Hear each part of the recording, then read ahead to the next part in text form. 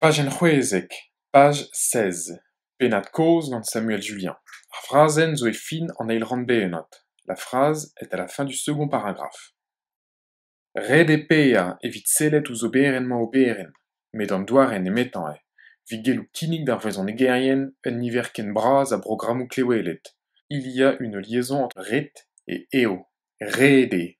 Il y a une liaison entre sellet et ouz. Seledouz.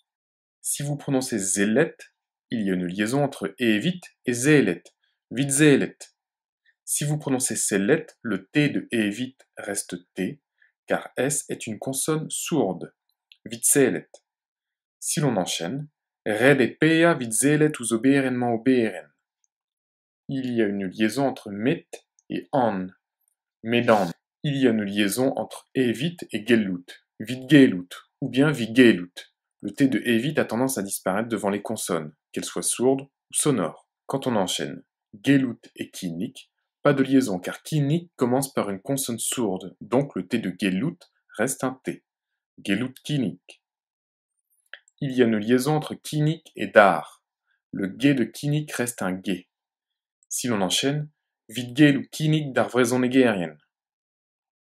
Il y a une liaison entre bras et a. Braza. Il y a une coupure après klewelet, donc le T de klewelet est prononcé T. Klewelet.